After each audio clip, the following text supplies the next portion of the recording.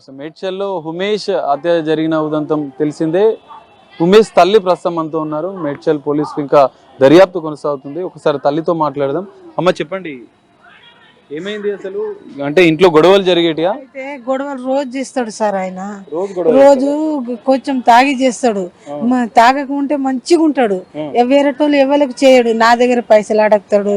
100 రూపాయలు 50 రూపాయలు చికెన్ చేస్తా, 100 రూపాయలు తాగేదానికి రోజు ఏడుకెళ్ళి ఇస్తారా? నేను ఏం పని చేస్తా? ఈ రోజు ఏమైందమ్మా? ఈ రోజు మీ వాళ్ళు వచ్చి మాట్లాడుతున్నారని తెలిసింది. అయితే వాళ్ళు ఊరికి పోయిర్రు. నా చిన్న కొడుకు మా మరిది కొడుకు వాళ్ళు ఊరికి పోయిర్రు. ఊరికి పోతే వాళ్ళే ఫోన్ చేసిర్రు నా కొడుకుకు, ఇట్లా వస్తాము ఇట్లా చంపుతాము అని అన్నారంట. అయితే నాకెందుకు చంపుతావురా, నీవెందుకు వస్తావు, నా తమ్ముడే నాకు అనలేడు, మా తమ్మునికి తీసుకుపోయి సరదాగా పిలుచురు ఇట్లా ఇట్లా అని నాకు పెద్ద కొడుకు చెప్తుండు. అయితే ఏం లేదు, మేము వస్తున్నాం అన్నాడు. వాళ్ళు అన్నారు ఏవట్టిగా అంటారు అని. మేము చికెన్ చేసినాము, మంచిగా తిన్నాము, పెద్ద కొడుకు కూడా తిన్నాడు. నేను బయట వెళ్ళాను సారు, ఊకే ఇంట్లో ఉంటానా, నేను బయట వెళ్ళా. వాళ్ళు బండి మీద వచ్చిర్రు, దన గోపులు చాకుతోనే వేసిరంట. అయితే ఆయన ఏదో ఒకసారి వేస్తే ఊరికి వచ్చిండట, ఇటు ఊరికి వచ్చిండట. అయితే ఊరికి పోయిందనే ఇద్దరు వచ్చిరంట. ఇద్దరు వచ్చి రోడ్డు మీదనే మొత్తం చేసిరంట సారు. నాకు మొన్న పొడిచిడు సారు, నాకు తెలియదు సారు. అంత మంది ఉన్నప్పుడు నేను చూసే వరకు మంది ఉన్నారు సార్, అప్పుడు వచ్చిన సార్. మా చిన్న కొడుకు మరి చదువుకుంటాడని తెలుస్తుంది, మరి ఎందుకు ఇంత ఇట్లా కత్తులతో? అమ్మ నాన్నకు అంత సతాడించుడు ఎందుకు, అట్లా చేసుడు ఎందుకు? అమ్మ ఇంటికి చంపతానని నాకు కూడా చెప్పిండు. ఏమని చెప్పిండు ఇంత ముందు? రాకేష్ చంపేస్తాము, నేను ఉన్నా కదా, మీకు అందరికి చూస్తా, నేను వదనకి కూడా చూస్తా, వాళ్ళ పిల్లలకు చూస్తా, వద్దురా జైల్లో ఉంచుతాము 10 సంవత్సరం అట్లా వద్దు, అట్లా మనకు పాపం తెలుగుతుంది, వద్దు అని నేను అన్నా. కాదు అమ్మ అని అన్నాడు. చేయనని నేను అనుకున్నా సారు, ఇట్లా చేయనని అనుకున్నా. ఇదే సారు మాకు ఏం గొడవ చెప్పలే అమ్మ, నువ్వు ఇద్దరు కొడుకులే కదా, చంపొద్దు, ఏదంటే కేసులు పెడదామని చెప్పలేదు అన్నా సారు. కేసు ఎత్తామని రాత్రి వచ్చినాం మేడం దగ్గర, ఇవాళ కేసు ఎత్తామని అనుకున్నాం సారు. వాళ్ళు వచ్చేసిర్రు సారు. కేసులా 10 సంవత్సరం జైల్లో ఉంచుతాం రా, మనం ఎప్పుడు యాద వచ్చినప్పుడు చూసి వస్తామని అనుకున్నా సారు. వాళ్ళు అవి అప్పుడే వస్తానని నాకు తెలియదు సారు. ఇంకంతే సారు, ఏం లేదు సారు. అంటే ఇంతకుముందు ఎప్పుడైనా మాట్లాడిరా గొడవలు అయినప్పుడు, అరే ఇట్లా వేధించొద్దు, ఎక్కువ తాగుడికి బానిసై ఇట్లా గొడవలు అవుతున్నాయని చెప్పి మీ ఫ్యామిలీ వాళ్ళు కుటుంబంలో అంతా కలిసి కలిసిరు? వాళ్ళు వచ్చిర్రు. నా మరిది కొడుకు, మరిది కొడుక లచ్చు, వాళ్ళు అందరు వచ్చిర్రు. నా కొడుకు నా మరిది కొడుకు పొడిచి, నా కొడుకు పేరు రాకేష్, మరిది కొడుకు పేరు మీద లచ్చు. ఇద్దరే చేసిరు సార్. వాళ్ళు ఇద్దరు ముగ్గురు వచ్చిరు కానీ వాళ్ళు చేయలేరు సార్. వాళ్ళు భయపడ్డారు, వాళ్ళు చేయలేరు. వీళ్ళు ఇద్దరే చేసిరు సార్.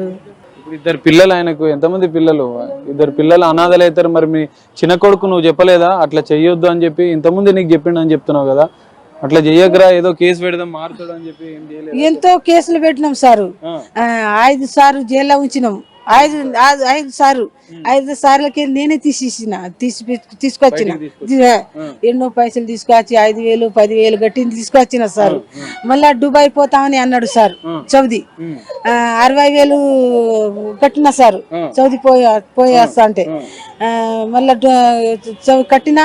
మళ్ళా బొంబాయి నుంచి పోయిరు సారు. నా కొడుకు, మా తమ్ముడు, మా ఆయన ముగ్గురు పోయిరు బొంబాయిలకు. ఆడ పోయి నేను పోను, నేను 2 సంవత్సరం పోయేస్తారు, 3 సంవత్సరం ఉండనని ఆయన వాళ్ళకు అన్నారట. అయితే వద్దా అన్న, మీకు వద్దు, మళ్ళా తోలేసిర్రు.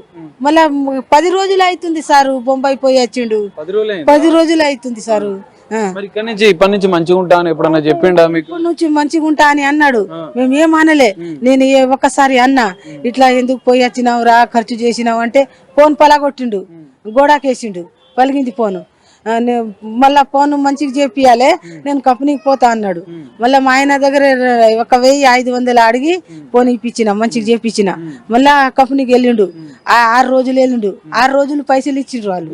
కప్పు నెలకెళ్ళి 6 రోజులు పైసలు వేస్తే నాకు 350 ఇచ్చిండు. నువ్వు ఏ కూరగాయలు నిన్న కూరగాయలు తీసుకురా పో అమ్మ. అసలు ఏమైనా పని చేస్తుండేనా ఉమేష్? ఏమైనా పని చేస్తుండేనా? కూరగాయలు తీసుకురా. ఇంతకుముందు ఊర్లో ఉన్నప్పుడు కూడా ఏదో కొన్ని గొడవలు అయినాయి, ఇంకేదో చేసిండు అని చెప్పి. వేరేతోని గొడవ ఏం చేయడు సార్, మాతోనే చేస్తాడు, ఇంట్లో మాతోనే ఉంటాడు. ఇంతకుముందు జైలుకి వెళ్ళింది, వేరే కేసులలో జైలుకి వెళ్ళింది అని చెప్తున్నారు. ఒక్కొనికి ఇక ఈడ బయట దెబ్బ తగిలింది, అది దవాఖానలో పోయిండు. వాళ్ళు దవాఖానలో ఎవరు లేరు. అయితే బిరువా ఏమో ఉందంట, అది ఇట్లా పట్టుకుంటే దొంగతనానికి వచ్చిందని కేసు వేసేసిండు. ఒకడు కేసు వేసిండు. ఒకడేమో ఇక మేమే మా కోడలు కాలు ఇరగొట్టిండు, కాలు మంచిగా చేపించిన మా కోడలే 2 సార్లు జైలు అయిపించింది. ఇదే సారు. చిన్న కొడుకు ఎప్పుడు చెప్పలేదా అమ్మ? మరి ఇద్దరు ఒకటే కదా నీకు? ఇప్పుడు కొడుకులు అంటే ఇద్దరు ఒకటే కదా? ఇద్దరు కొడుకులే కదా? మరి ఇద్దరు కొడుకులు ఉన్నప్పుడు చిన్న కొడుకు అట్లా చెయ్యకు, అత్తే మీకు ముందే చంపుతా అని చెప్పిండు కదా, చంపినప్పుడు మీరు ఎప్పుడు చెప్పలేదా మరి ఆయనకి? చెప్పినాము. నా కోడలు కూడా చంపుతాము అని అన్నది.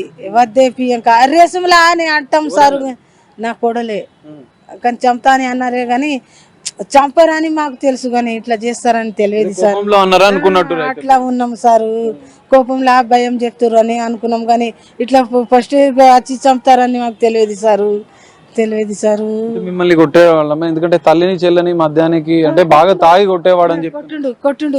రాత్రి తల మీద కాలుతోని కొట్టిండు ఒక్కటేసారి, మొత్తం చుక్కలు వచ్చింది నాకు. అయితే మా బిడ్డ బాత్రూమ్ లో ఉంది, అమ్మకి ఎందుకు కొడుతున్నావురా అని అన్నది మా పెద్ద కొడుకు. మిమ్మల్ని ఎందుకు కొట్టేవాడు? ఆయనకి ఏమైతాడో ఏమో, మెంటల్ భార్య కూడా మెంటల్ అవుతాడు జర సేపులో. అయితే ఇట్లా పట్టుకున్నాడు 2 దెబ్బ కొట్టిండు. మళ్ళా బయట ఉరికినాం మేము. బయట ఉరికితే మళ్ళా బయట కూడా కొట్టిండు మా చెల్లెకు, మా బిడ్డకు. అయితే ఈడ వచ్చినాము. వీళ్ళేమో అన్నారు, రేపు రారి, రేపు సారు ఉంటాడు, ఆయన 10 సంవత్సరము 2 సంవత్సరములు జైల్లో ఉంచుతామని అన్నారు. ఇదే ముచ్చట మీద ఉన్నాం మేము. వాళ్ళు ఇలా చేసిర్రు, ఇట్లా అయిపోయింది. ఇది పరిస్థితి. ఉమేష్ తల్లి చెప్తుంది, కుటుంబ వివాదాలనే తరచూ మద్యానికి బానిసై తమపైన దాడి చేసేవాళ్ళు, తమల్ని తీవ్రంగా కొట్టేవాడు, తల్లిని చెల్లిని భార్యను అనేక రకాలుగా ఇబ్బందులు పెట్టేవాడు. అందుకే తన చిన్న కొడుకు కూడా ముందే చెప్పాడు, కానీ ఇంత దారుణంగా హత్య చేస్తాడు అనుకోలేదు. కేసులు నమోదు చేస్తే జైలుకి వెళ్తే మారతాడు అనుకున్నాం, కానీ తన కొడుకుని తన చిన్న కొడుకే హత్య చేస్తాడు ఇంత దారుణంగా అని చెప్పి అనుకోలేదంటూ ఆ తల్లి తీవ్రంగా రోధిస్తున్న పరిస్థితి కనిపిస్తుంది. కెమెరామెన్ హరీష్తో కలిసి సాగర్, బిగ్ టీవీ, హైదరాబాద్.